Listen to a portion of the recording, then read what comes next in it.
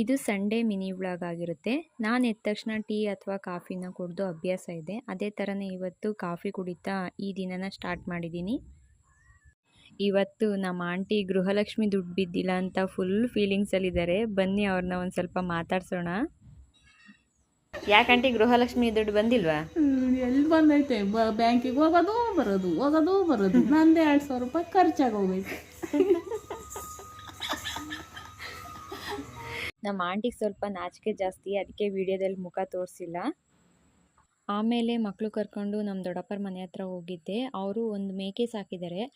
ಅದನ್ನು ಕಂಡ್ರೆ ನನ್ನ ಮಕ್ಳಿಗೆ ತುಂಬಾ ಇಷ್ಟ. ಅದ್ರ ಜೊತೆಗೆ ಆಟ ಆಡೋಕ್ಕೆ ಮತ್ತು ಅದಕ್ಕೆ ಹುಲ್ಲು ತಿನ್ಸೋಕ್ಕೆ ಎಲ್ಲ ತುಂಬಾ ಇಷ್ಟಪಡ್ತಾರೆ. ನನ್ನ ಮಕ್ಕಳಂತೂ ಅವ್ರ ಮನೆ ಹತ್ರ ಕರ್ಕೊಂಡೋದ್ರೆ ಸಾಕು, ಹೇಗೆ ಟೈಮ್ ಪಾಸ್ ಮಾಡ್ತಾರೆ ಅಂತಲೇ ಗೊತ್ತಾಗಲ್ಲ, ಅಷ್ಟು ಎಂಜಾಯ್ ಮಾಡ್ತಾ ಇರ್ತಾರೆ. ನನ್ನ ಮಗಳು ಸ್ವಲ್ಪ ಮುಟ್ಟೋದಕ್ಕೆ ಸ್ವಲ್ಪ ಭಯ ಪಡ್ತಾಳೆ.